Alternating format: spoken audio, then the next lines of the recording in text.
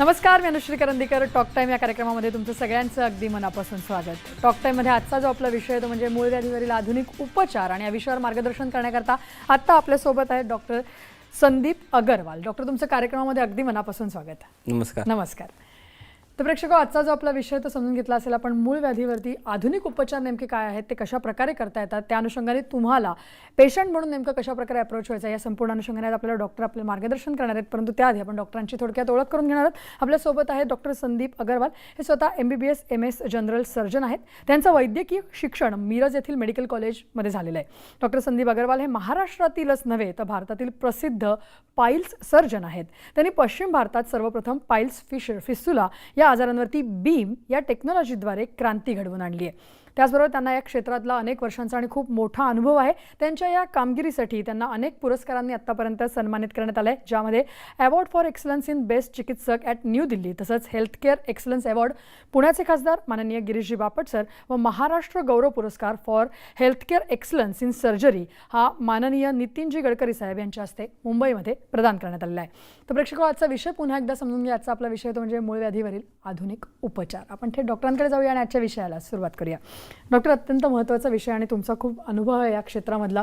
अनेक पेशंट्स आत्तापर्यंत आपण हाताळलेले आहेत आणि खूप यशस्वी सर्जरीज आपण केलेल्या आहेत. तर त्या अनुषंगाने आपण बोलणारच आहोत. परंतु सगळ्यात प्रथम कॉमनली जो लोकांना प्रश्न पडतो तो मी तुम्हाला विचारते. तो म्हणजे आता गुदद्वारातले हे सगळे आजार जर का बघितले आपण, की आता मूळव्याध असेल, भगंदर असेल किंवा फिस्टुला, ह्याच्यामध्ये नेमका फरक काय असतो? सामान्य जनतेला गुदद्वारे भागीचे जे काही आजार आहेत त्यांना सगळ्यांना सगळ्या आजारांचा एकच निदान असतो, तो असतो मूळव्याध. राईट. किंवा एकच निदान असतो, तो असतो फिशर. किंवा एकच निदान असतो, तो असतो भगंदर. तो ह्या सगळ्या गोष्टींमध्ये आपल्याला फरक जाणून घेणं गरजेचं आहे, कारण की सगळ्यांची लक्षणं वेगळी आहेत आणि सगळ्यांची ट्रीटमेंट सुद्धा वेगळी आहेत. म्हणून मूळव्याध म्हणजे काय असतं? मूळव्याधला आपण इंग्लिशमध्ये पाईल्स म्हणतो, हिमोरॉइड्स म्हणतो. तर हिमोरॉइड्स म्हणजे हिमा म्हणजे रक्त, रॉइड्स म्हणजे वाहने, म्हणजे रक्त गुदद्वारे भागे वाहने, त्याला आपण हिमोरॉइड्स म्हणणार. पाईल्स म्हणजे एखादा बोळा गुदद्वारे भागी समजा तयार झाला, चुंबुळ तयार झाला, त्याला पाईल्स आपण असं म्हणतो. तिसरी गोष्ट म्हणजे मूळव्याध मध्ये काय असतं की मूळव्याध मध्ये गुदद्वारे भागी जी नसा असतात, जेव्हा त्यांची व्याधी होते त्याला आपण मूळ व्याध असं म्हणतो. आता दुसरा जो आपला महत्वाचा जो प्रश्न होता तो होता फिशर. फिशर म्हणजे जसं आपल्या पायांना भेगा पडतात, सेम तसेच जर का भेगा गुदद्वारे भागी जर का पडलं, एक चीर पडली, त्याला आपण फिशर असं म्हणणार. तिसरा जो एंटिटी आपण म्हटलेला आहे तो भगंदर आहे. भगंदर फिस्टुला. फिस्टुलामध्ये गुदद्वारे भागी काहीही त्रास नसतो. त्याच्या आजूबाजूच्या शेजारची जी जागा असते 2 सेंटीमीटर ते 10 सेंटीमीटरच्या दरम्यान, त्या जागेमध्ये एखादा छोटासा बेंड किंवा करट एक तयार होतो. त्या बेंडमधनं कायम पस येतो. त्या पसमधनं मग पस जर का तो पूर्णपणे क्लिअर झाला की मग पेशंटला बरं वाटतो.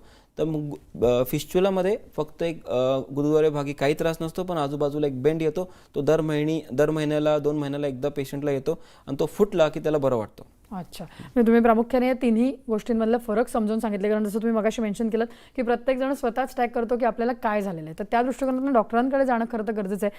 परंतु मग त्याकरता आपल्याला लक्षणं समजून घेणं गरजेचं आहे. तर एक्झॅक्टली याची लक्षणं काय असतात आणि कारणं जे आहेत ती नेमकी काय असू शकतात, त्याविषयी काय? कारणं जे आहेत ते सगळ्यांचं तुम्ही कॉमन कारणं जे आहेत की जे अपचन राहणे, झोप नाही व्यवस्थित राहणे, फास्ट फूडकडे आपण जास्त लक्ष देणे, सिडेंटरी लाईफस्टाईल म्हणजे हालचाल जे असते किंवा एक्सरसाइज वगैरे आपण त्याच्यावरती दुर्लक्ष करतो.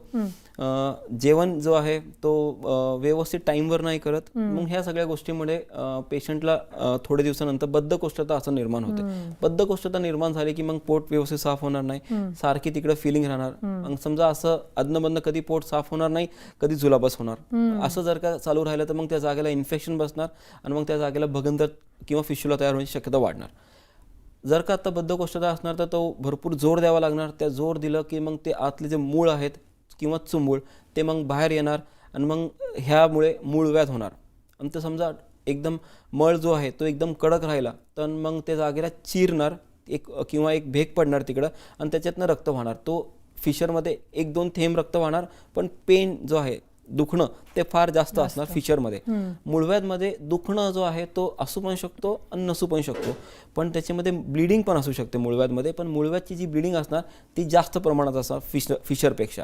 फिशरमध्ये जसं मी सांगितलं 2 थेंब असणार, पण मूळव्याधमध्ये 8 ते 10 थेंब किंवा चिरकांडी लागणे किंवा धार लागणे हे मूळव्याधची लक्षणं आहेत.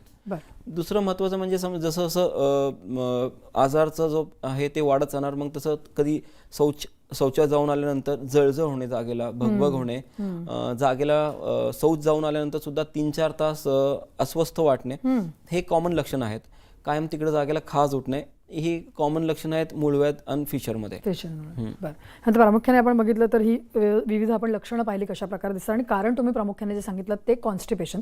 आता आपण ट्रीटमेंटचा भाग बघण्यापूर्वी मला तुम्हाला विचारायचं आहे की ही सगळी कारणं बघता आपण अशा काही आवश्यक उपाययोजना करू शकतो का जेणेकरून हे गुदद्वाराचे कुठलेही विकार होणारच नाहीत? जसं मी सांगितलं, ज्या गोष्टींमुळे हा त्रास होतो ते गोष्टी जर का आपण अवॉइड केलं तर मग सेम आहे की जसं की व्यवस्थित जर का झोप घेतली तर मग आपली पचनक्रिया चांगली राहणार, ऍसिडिटी होणार नाही, मग पोटाचे विकार तयार होणार नाही, बद्धकोष्ठता होणार नाही. मग नुसतं एक फक्त आपण जर का विचार केला तरी झोप व्यवस्थित झाली की आपले निम्मे त्रास कमी होणार. दुसरा जो आहे, फ्रिक्वेंटली सकाळी उठल्यानंतर आपण सुरुवात करतो नाश्त्याने. जर का ह्या गोष्टीमध्ये जर का आपण रोज सपोज बेसन किंवा मैद्याचे पदार्थांचं सेवन जास्त करत असेल किंवा फास्ट फूडचं सेवन जास्त करत असेल तर मग डेफिनेटली ह्या सगळ्या गोष्टींमुळे तुम्हाला येणाऱ्या दिवसांमध्ये बद्धकोष्ठता होणारच. काही काही लोकांना आता हे तर आपण अवॉइड करू शकतो, लाईफस्टाईल आपली चेंज करायला पाहिजे. एक 20 मिनिटाचं फक्त आपण जर का एक्सरसाइज किंवा वॉक वगैरे जरी आपण घेतलं त्याच्यामुळे पण आपल्याला भरपूर प्रमाणात फरक पडू शकतो.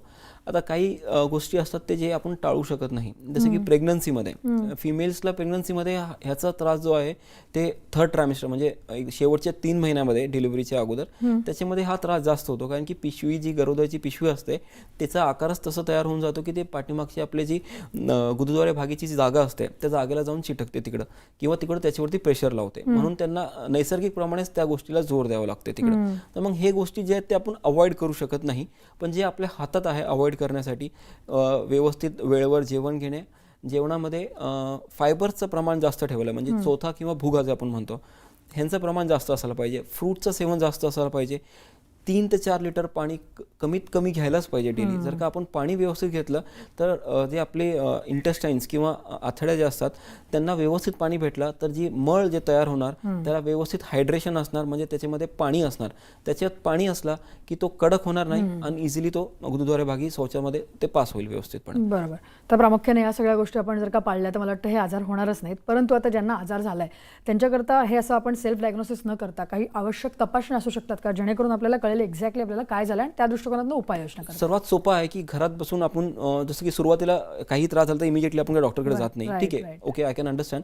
सुरुवातीला समजा आपण थोडे दिवस काढलात की एक 10 दिवस काढलेत, 20 दिवस काढलेत, पण त्याच्यानंतर पण असं आपल्याला वाटतं की हा त्रास काय आपला तो बरा होत नाही किंवा तो आपल्याला डिस्कम्फर्ट देतोय किंवा आपलं लक्ष कायम तिकडे जातोय दिवसाभरामध्ये, तर मग त्यावेळीच डेफिनेटली सर्जनचा सल्ला घ्यायला पाहिजे. जवळच्या कुठल्याही सर्जनकडे तुम्ही गेला तर कमीत कमी त्यांना दाखवा आणि समजा त्यांच्याकडं एक स्कोप आहे विशेष प्रकारचं, माझ्याकडे एक विशेष प्रकारचा स्कोप आहे, त्या स्कोपी जर का आपण प्रोक्टोस्कोपी आपण असं त्याला म्हणतो, विशेष प्रकारचा भिंग आहे, ते जर का गुदद्वारे भागे आपण आत टाकल्यानंतर आपल्याला हे माहीत पडतं की ह्याला फिशर आहे का ह्याला मूळव्याध आहे, हे आपल्याला डेफिनेटली माहीत पडतं. आणि ते स्कोपी केल्यानंतर इमिजिएटली ते कम्प्युटरवरती पेशंटला दाखवण्यात येतं आणि पेशंटला सुद्धा समजून येतं की ते कुठल्या प्रकारात त्याला कोंब चुंबळ वगैरे काय तयार झालेलं आहे, त्याचं निदान इमिजिएटली होऊन जातं. बरं.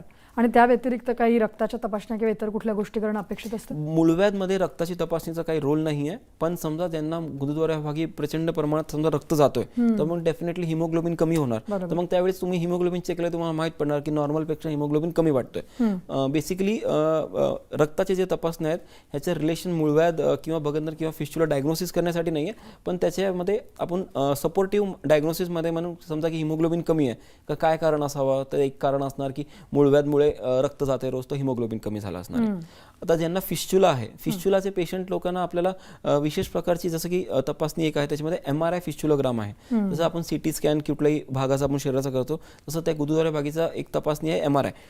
गरज लागल्यावर आपण पेशंटला MRI ची तपासणीचं सजेशन करतो. बरं. तर या प्रामुख्याने आपण जर बघितलं तर अशा प्रकारे तपासण्या करतात, तर त्यानंतर उपचाराचा भाग येतो. परंतु त्याच्याकडे जाण्याआधी मला तुम्हाला विचारायचं आहे, आज अनेक पेशंट तुमच्याकडे येत असतील तेव्हा एक्झॅक्टली जेव्हा ते कंप्लेंट्स घेऊन येतात तेव्हा तुम्हाला काही वेगळ्या पद्धतीने काउन्सिल करायला लागतं का? मला विचारायचं आहे आणि की सर्जरी म्हटल्यानंतर आज बरेच पेशंट घाबरतात किंवा ते टर्नआउट होत नाहीत, सर्जरी गोळ्या औषधं मागतात, तर त्या दृष्टिकोनातनं काय करतात? Absolutely right. कारण की आजच्या काळामध्ये कुणालाही भीती वाटते मला ऑपरेशन नको आहे, बिकॉज ते टाका मारणं, परत ते टाक्याला जपणं, मग परत त्याची ड्रेसिंग करणं, हे सगळे भानगडे. आणि ते सगळं टाक्याचं ऑपरेशन केल्यानंतर सुद्धा ते पेशंटला बऱ्याच दिवस रेस्ट घ्यावी लागते, महिना 1.5 महिना त्यांना रेस्ट घ्यावी लागते. मग ते टाके काढायला जावं लागतं डॉक्टरकडे किंवा रोज त्याची मलमपट्टी ड्रेसिंग करायला जावं लागते. तर ह्या ज्या गोष्टी आहेत ह्या गोष्टींपासून सुटका म्हटलं तर ही आहे बीम टेक्नॉलॉजी. ओके. तर जसं मी सांगितलं एक ऑपरेशनला समजा आपण टाक्याचं ऑपरेशन करायला घेतो त्याला वेळ सुरुवातच तिकडनं झाली की वेळ त्याला कमीत कमी पाऊण तास 1 तास वेळ लागणार. दिस बीम टेक्नॉलॉजीद्वारे आपण हा प्रोसिजर 10 ते 15 मिनिटांमध्ये होऊ शकतो. तुम्हाला रोज डॉक्टरकडे जायची गरज नाही. आज माझे टाके घातलेत, त्या टाक्याची पोझिशन काय बघण्यासाठी, त्याच्यामध्ये इन्फेक्शन तर झालं नाही, त्याच्यामध्ये टाकेमध्ये टाके तुटले तर नाही, हे सगळ्या गोष्टीला आपल्याला बघायची गरज नाही. तर मग पेशंटला रोज डॉक्टरकडे जायची गरज नाही आहे, रोज त्याच्यावरती ड्रेसिंग करायची गरज नाही आहे, महिना 1.5 महिना कॉटवरती झोपून राहायची गरज नाही आहे. तर हे सगळे ॲडव्हान्टेजेस आहेत, जेणेकरून जर का पेशंटला भीती वाटते की सर्जरीची, तर हे सगळी भीती अजिबात घ्यायची गरज नाही आहे. नक्की. तर त्या अनुषंगाने जसं तुम्ही बीमचा उल्लेख केला, ती एक्झॅक्टली टेक्नॉलॉजी काय आणि कशा प्रकारे आपण ही सगळी उपचार पद्धती करतो ही आपण समजून घेऊ आणि प्रेक्षकांनाही सांगूया आणि चर्चा पुढे नेणार आहोत. इथे वेळ झाली एका छोट्याशा ब्रेकची. तुम्ही कुठेही जाऊ नका, पाहत राहा टॉक टाइम.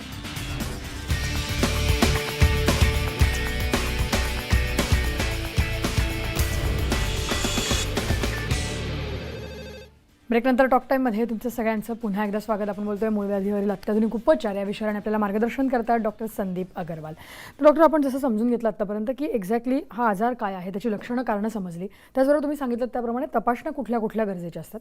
त्यानंतर सगळ्यात महत्त्वाचा भाग येतो तो म्हणजे उपचारांचा. आपली जी स्पेशालिटी आहे ती म्हणजे बीम टेक्नॉलॉजी. याविषयी थोडंसं प्रेक्षकांना समजून सांगाल एक्झॅक्टली काय आहे बीम. बीम टेक्नॉलॉजी म्हणजे त्याचा जो उच्चार आहे तो biological electrical impedance auto measurement. ही विशेष प्रकारची एक टेक्नॉलॉजी आहे ज्याच्यामध्ये गुदद्वारे भागी जो चुंबूळ किंवा कोंब तयार झालेला असतो मूळव्याधीचा, त्या कोंबवरती डायरेक्टली ही जी प्रोसिजर आपण डायरेक्टली त्या मशीनद्वारे आपण करू शकतो. ह्या मशीनद्वारे जो कोंब आहे त्या डायरेक्टली त्या कोंबवरती, त्या कोंबला आपण मशीनद्वारे ते धरण्यात येतं आणि तो कोंब डायरेक्टली मुळापासून तो विरघळून जातो त्या क्षणी. दुसऱ्या जे आपण टेक्नॉलॉजीजमध्ये बघतो की ते कोंब आपल्याला काढण्यासाठी एक टाका मारावं लागतं आणि मग त्याच्यावरती एक जखम तयार होते, किंवा दुसरे जे पद्धती आहेत क्षारसूत्रामध्ये एक दोरा बांधून ठेवलं जातं तिकडं. अनेक प्रकारचे पद्धती आहे ज्याच्यामध्ये पेशंटला बऱ्यापैकी त्रास होतो नंतर. तर ही टेक्नॉलॉजीचा विशेष जो आहे की 10 मिनिटातच हा प्रोसिजर होऊन जातो.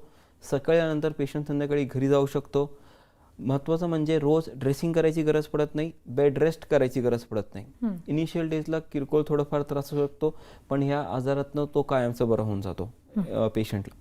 बीम टेक्नॉलॉजीचं दुसरं वैशिष्ट्य म्हणजे की काही लोकांना ऑपरेशन झाल्यानंतर गुदद्वारे भागीची जी जागा असते, एक तर त्या जागेचा एक तर कंट्रोल जातो किंवा ती जागा बारीक होऊन जाते. तर हे सगळ्या गोष्टींचा जो साईड इफेक्ट आहे हा बीम टेक्नॉलॉजीमध्ये होत नाही.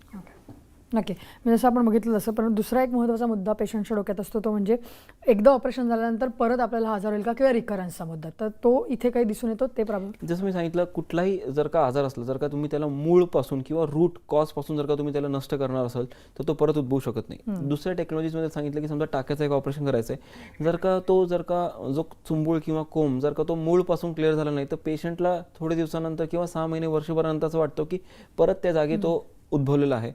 तो परत उद्भवत नाही, कारण की तो त्याचा थोडासा जो भाग आहे तोच राहिलेला असतो, म्हणून तो रिकरन्स पण नाही, मुळातच तो आजार पूर्णपणे बरा झाला नाही आहे, म्हणून पेशंटला असं वाटतं की परत आला तो. तर जर का हा कोंब बीम टेक्नॉलॉजीद्वारे मूळपासूनच आपण त्याला नष्ट करणार तर तो परत येण्याची शक्यता नाही आहे त्याच्यामध्ये. नक्की. आणखीन एक महत्त्वाचा भाग म्हणजे बऱ्याच वेळेला आता आपल्याकडे जेव्हा पेशंट असतात तेव्हा इतरही आजार त्यांना असतात, जसे की आपण डायबिटीस म्हणूया किंवा हाय ब्लड प्रेशर म्हणूया. असे पेशंट जेव्हा तुमच्याकडे येतात तेव्हा मग कुठेतरी एक प्रश्न असतो की मग आपण ह्या सर्जरीज या आजारांबरोबर सुद्धा करू शकतो का, तर त्याविषयी काय? डेफिनेटली आपण ह्या आजारांवरती ह्या प्रोसिजर आपण वापरू शकतो. महत्त्वाचं म्हणजे काय आहे की डायबिटीसच्या लोकांचं आपण जर का बघितलं असं की त्यांचं शुगर लेवल वाढलेली असते आणि त्यांच्यामध्ये कुठलाही प्रोसिजर समजा केलं तर त्यांची जखम भरून येत नाही. म्हणजे सगळ्यांना ही भीती असते, टाका मारलं तरी टाकाचं मध्ये इन्फेक्शन होणार, पीप होणार, ते सगळ्या गोष्टी बीम टेक्नॉलॉजीद्वारे होणार नाही. 10 मिनिटातच फक्त प्रोसिजर होणार आणि तिकडं काही उघडी जखम काही होत नाही, म्हणून इन्फेक्शन होण्याची शक्यता नाही आहे त्याच्यामध्ये. दुसरे जे आहेत ज्यांना हृदयाचा विकार आहे किंवा एंजिओप्लास्टी झाली आहे किंवा बायपास झालेली आहे किंवा मेंदूचा काय आजार आहे किंवा पॅरालिसिस कधी येऊन गेलेला आहे, त्यांच्यासाठी सुद्धा ही टेक्नॉलॉजी एकदम उपयोगी आहे. कारण की 10 मिनिटातच आपण जर का प्रोसिजर संपून जाणार असेल तर जो आपण देतो पेशंटला, तर भूलमध्ये पण त्यांना पेशंटला जास्त वेळ भूलमध्ये राहायची गरज पडत नाही आणि लवकर प्रोसिजर संपून पेशंट ऑपरेशन थिएटरमधून बाहेर येतो. नक्की. जसं हे महत्त्वाचे फायदे आहेत तसं बऱ्याच वेळेला असं आपण म्हणतो की सर्जरी झाल्यानंतर खूप गोष्टींची काळजी घ्यायला लागते. बऱ्याच वेळेला आपल्याला 4-5 दिवस पूर्णपणे बेड रेस्ट सांगितली जाते कुठल्याही इतर सर्जरीजमध्ये, किंवा लोकांच्या मनात त्या शंका असतात की एकदा आपलं ऑपरेशन झाल्यानंतर सुद्धा खूप गोष्टींची काळजी घ्यायला लागते. तर इथे आपण बीम वापरल्यानंतर सुद्धा असं काही करायला लागतं?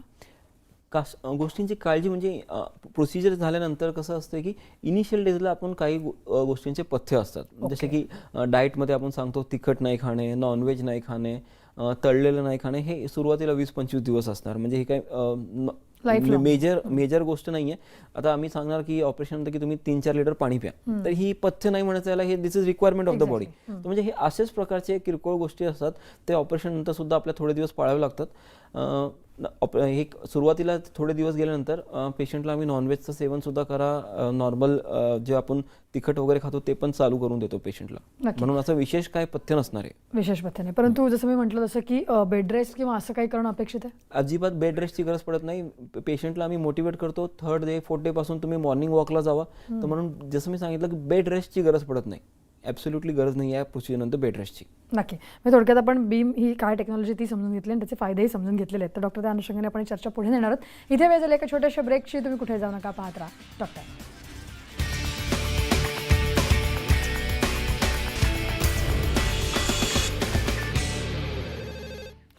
ब्रेकनंतर टॉक टाईममध्ये तुमचं सगळ्यांचं पुन्हा एकदा स्वागत. आपण बोलतोय मूळ व्याधीवरील अत्याधुनिक उपचार या विषयाने आपल्याला मार्गदर्शन करतात डॉक्टर संदीप अग्रवाल. तर डॉक्टर, आपण जसं समजून घेतोय आता की कशा प्रकारे ही उपचार पद्धती आहे, हे समजून घेतल्यानंतर काही प्रश्न आहेत. ते म्हणजे सगळ्यात महत्त्वाचं की सिनियर सिटीजन किंवा ज्यांचं वय जास्त झालेलं आहे, असे पेशंट्स जेव्हा आपल्याकडे येतात तेव्हा त्यांच्यावरती सुद्धा आपण हे उपचार करू शकतो? हो. जसं की लोकांच्या मध्ये एक भीती असते की आता माझं वय 70 झालं, 75 झालं, तर मग ऑपरेशन करून पण काय उपयोग नाही, या वयामध्ये मला सोसणार का नाही. तर ॲब्सोल्युटली काही भीती घ्यायची गरज नाही आहे. 95 वर्षाच्या आजीचं सुद्धा मी ऑपरेशन केलेलं आहे आणि ते चालता संध्याकाळच्या वेळी घरी गेलेले जातात. म्हणून तो वय इज नॉट अ फॅक्टर. म्हणजे वय तुमचं काही असू द्या, तो फॅक्टर नाही आहे. पेशंटला पेन मुक्त करणे किंवा मूळव्याधीपासून त्यांना पूर्ण मुक्त देणे हा उद्देश आहे मेन. बरोबर, नक्की. आणि बऱ्याच वेळेला असं होतं, तर असंही पेशंट्स तुमच्याकडे येत असतील की त्यांनी ऑलरेडी कुठेतरी ऑपरेट केलेलं आहे, तरी सुद्धा त्यांना पुन्हा त्रास होतोय, म्हणून मग आपल्याकडे आले. तर मग अशा वेळेला आपण ते पेशंट सुद्धा अटेंड करतो का? येस, माझ्याकडं बऱ्यापैकी पेशंट येतात की कुठं ना कुठं काही मलम लावून आलात किंवा कुठं कधीतरी दोरा बांधून आलात, म्हणजे क्वॅक्सकडनं, म्हणजे जे डॉक्टर नसतात त्यांच्याकडनं काहीतरी ट्रीटमेंट घेतली असते. तिकडचे एक तर जवळ असतं त्यांना किंवा एक तर स्वस्त असतं, पण त्याच्यामुळे बऱ्यापैकी त्यांना कॉम्प्लिकेशन्स तयार होतात त्या जागेमध्ये. असल्या पेशंटला सुद्धा त्यांना इमिजिएटली त्यांची दक्षता घेण्यात येते. त्यांचा आजार काय त्यांना व्यवस्थित दुर्बीण टाकून ते सगळं दाखवण्यात येतं आणि त्यांची सुद्धा समजा लागली गरज तर त्यांची सुद्धा शस्त्रक्रिया करण्यात येते. हे 10 मिनिटाची प्रोसिजर आणि त्यांना सुद्धा पूर्णपणे बरं करून देण्यात येतं. नक्की. आणि जसं तुम्ही म्हणताय तसं की आता ही प्रोसिजर ती अगदी आहे, ती 10 मिनिटाची, म्हणजे अगदी थोड्याच वेळाची आहे. परंतु आता बाहेरगावचे पेशंट जे आहेत त्यांना जर का यायचं असेल ऑपरेट करण्याकरता, तर त्यांच्या दृष्टिकोनातून काय काय तयारी करून त्यांनी येणं अपेक्षित आहे? जास्त तयारी वगैरे काही करायची गरज नाही आहे. जगले जे काय तपासण्या वगैरे असतात, बेसिक तपासण्या जे लागतात प्रोसिजर करण्यासाठी, ते सगळं त्या दिवशी आलं की त्या दिवशी हॉस्पिटलमध्ये करण्यात येतात. सकाळी पेशंट समजा आला 10-1 वाजेपर्यंत, संध्याकाळी 6-7 वाजेपर्यंत तो मोकळा पण होऊ शकतो आणि त्या दिवशी तो घरी पण जाऊ शकतो. आणि समजा त्यांना काही बाहेरगावचे लोक असतात, त्यांना जायची सोय वगैरे नसेल तर हॉस्पिटल आहे, तिकडे हॉस्पिटलमध्ये आपल्याच हॉस्पिटलमध्ये तुम्ही मुक्काम पण करू शकता. नक्की. दुसरं महत्त्वाचं म्हणजे आता कॉस्ट फॅक्टर. कारण आता सर्जरीज कुठल्याही म्हटल्यानंतर त्याला एक डोक्यात, म्हणजे लोकांची जशी भीती असते तशी दुसरी एक शंका असते, ती म्हणजे आपल्याला या परवडतील का? तर या सगळ्या सर्जरीज किंवा आपण जे सर्जरी करतो अफोर्डेबल आहेत? ॲब्सोल्युटली अफोर्डेबल आहेत. जसं की बघण्यात येतं की काही हॉस्पिटल्समध्ये फारच जास्त कॉस्टली सर्जरी आहेत. काही लोक लेझर सांगून त्या गोष्टीचे लाखोंमध्ये पैसे घेतात. त्या दृष्टिकोनातून ही फार रिझनेबल सर्जरी आहे आणि हे कॉमन माणसांना सुद्धा परवडण्यासारखी सर्जरी आहे. महत्त्वाचं म्हणजे तुम्ही सर्जरी किंवा तुम्ही हा प्रोसिजर कुठून करून घेता हा महत्त्वाचा आहे की तज्ज्ञ डॉक्टरकडनं कुठलाही प्रोसिजर करून घ्यायला पाहिजे. जर का तुम्ही तज्ज्ञ डॉक्टरकडनं जर का हा प्रोसिजर करून घेत नसाल तर मग हा परत तुम्ही त्याचा त्रास उद्भवत राहणार किंवा त्रास जरी नाही झाला तरी संडास जागेचा कंट्रोल जो आहे तो जाण्याची शक्यता असते. काही ना काही जो त्रास आहे कॉम्प्लिकेशनच्या स्वरूपात कायम शरीरामध्ये राहू शकतो. म्हणून तज्ज्ञ डॉक्टरांना भेट देणे हे फार गरजेचं आहे. नक्की. आणि तज्ज्ञ डॉक्टरांना वेळेत जर का आपण गेलो तर मला वाटतं ही प्रोसिजर किंवा उपचार चांगल्या पद्धतीने करता येतील. डॉक्टर, आपण बीम उपचाराबद्दल बोललो, परंतु त्या व्यतिरिक्त जर का अगदी सुरुवातीच्या स्टेजला सुद्धा जर आपल्याकडे पेशंट आले तर प्रामुख्याने काही गोळ्यांनी किंवा औषधांनी सुद्धा आपण काही कंट्रोल करू शकतो त्या गोष्टी? येस. जर मी सांगितलं ॲक्च्युली मूळव्याधचे 4 स्टेजिंग आहेत, 1, 2, 3, 4. स्टेज 4 म्हणजे एकदम चुंबूळ पूर्ण बाहेर आलेला असतो. त्यामुळे ते डोंट एक्सपेक्ट एनिथिंग मेडिकल ट्रीटमेंटनी काही होणार नाही आहे. स्टेज 1 जी असते तो जो चुंबूळ किंवा कोंब जो तयार झाला असतो तो एकदमच इनिशियल स्टेजला असतो, तो गुदद्वारे भागी एकदम आत असतो आणि तो बाहेर वगैरे काही येत नाही. त्यावेळी समजा जर का पेशंट आला तर त्याच्यामध्ये आपण डायटरी, जसं मी सांगितलं, डायटरी चेंजेस आपण करायला पाहिजे, लाईफस्टाईल चेंजेस करून आणि काही बेसिक औषधं देऊन पण तो पेशंट त्यावेळी कमीत कमी तो आजार पुढं वाढत नाही, त्या स्टेजलाच थांबून जातो. पण जर का पेशंट स्टेज 3 मध्ये आहे आणि स्टेज 4 मध्ये आहे तर ह्या गोष्टीला दुर्लक्ष करून काय उपयोग नाही आहे. कारण की तो चुंबूळ जर का रोज बाहेर येत असेल, तुम्ही त्याला ढकलून आत टाकत असणार किंवा आलेला चुंबूळ बाहेरच आहे, मग त्यावेळी जास्त अपेक्षा ठेवू नये. फक्त तुम्ही पेन किलरच्या गोळ्या खाऊन आपण स्वतःला त्रास देण्यात काही उपयोग नाही आहे. पेन किलरच्या गोळ्यांचे बऱ्यापैकी साईड इफेक्ट असतात. किंवा रोज तुम्ही ते मलम लावता किंवा पोट साफ होण्याचं औषध घेता. मलम लावल्याने जागेचे जो कंट्रोलची जी जागा असते ती थोडीशी जरा नाजूक होऊन जाते. तुम्ही वर्षानुवर्ष जर का मलम वापरत असाल तर. किंवा पोट साफण्याचं औषध आपण जर का कायम घेतोय तर त्याच्यामध्ये सुद्धा पोटाचे विकार नंतर सुरुवात होतात त्यांची. मग हे गोष्टींचं कायम उपयोग न करता जर का आपण ह्या गोष्टीला जर का आजार जो आहे आपला बरं वाटतोय आपल्याला, आपण औषधं घेऊन असले तर मग त्याचा काय उपयोग नाही आहे. मग डेफिनेटली तुम्ही प्रोसिजर करून घ्यायला पाहिजे किंवा त्याच्यावरती विशेष काही ट्रीटमेंट असेल ती करायला पाहिजे. नक्की, म्हणजे गरज असेल तर आपण ऑपरेशन टाळणं अपेक्षित नाहीये, तर ते योग्य डॉक्टरांकडे जाऊन करणंच चांगलं आहे असं म्हणायला हरकत नाही. डॉक्टर, हा विषय अगदी महत्त्वाचा आहे, त्यामुळे जाता जाता प्रेक्षकांना सल्ला काय द्याल तुम्ही? सर्वात महत्त्वाचा सल्ला म्हणजे आहे की जर का तुम्हाला हा आजार असेल तर तुम्ही तज्ज्ञ डॉक्टरकडे किंवा तज्ज्ञ सर्जनकडेच हा दाखवायला पाहिजे. फक्त कोणतरी जवळ आपल्याला भेटतंय किंवा कोणतरी दोरा वगैरे बांधतोय असल्या गोष्टींवरती विश्वास ठेवू नये. तज्ज्ञ डॉक्टरकडनी जे काय तुम्हाला सल्ला दिला असेल तो सल्ला फॉलो करा. काही लेडीज असतात ते घाबरतात डॉक्टरकडे जाण्यासाठी किंवा दाखवण्यासाठी. असं काही जास्त करून हे करायला नाही पाहिजे, कारण की असं केल्यामुळे आपला जो आजार आहे तो वाढत जातो. मूळव्याध जसं मी सांगितलं की हा आजार नुसता त्या जागेचा नाही, तो पूर्ण मानसिकतेला आपल्या अफेक्ट करतो किंवा पुऱ्या शरीराला अफेक्ट करतो. तर ह्या गोष्टीसाठी आपण त्या आजाराला दुर्लक्ष न करता योग्य वेळी डॉक्टरांचा सल्ला घ्यायला पाहिजे. आणि ज्यांना चुंबूळ किंवा कोंब तो एकदम अगदी बाहेरच आहे, त्यांनी वेळ न लावता त्याच्यावरती उपचार करून घ्यायला पाहिजे, जेणेकरून आपली येणारा जो आपलं आयुष्य आहे तो फार सुंदर आहे आणि त्याचा आपण आनंद घेऊ शकतो. नाही तर पूर्ण सकाळ ते संध्याकाळ रात्रपर्यंत नुसतं आपण हेच विचार करण्यात जातो की आज आपण काय करायला पाहिजे जेणेकरून मला बरं वाटणार. खरं खरं, मला वाटतं या नोटवरती आत्ता आपण थांबूया, कारण हा विषय खूप मोठा आहे, परंतु या विषयावर एवढं छान मार्गदर्शन आज तुम्ही इथे केलं त्याबद्दल धन्यवाद डॉक्टर. नमस्कार. नमस्कार. नमस्कार. या विषयासह टॉक टाईममध्ये आत्ता आम्ही इथेच थांबतोय. नमस्कार.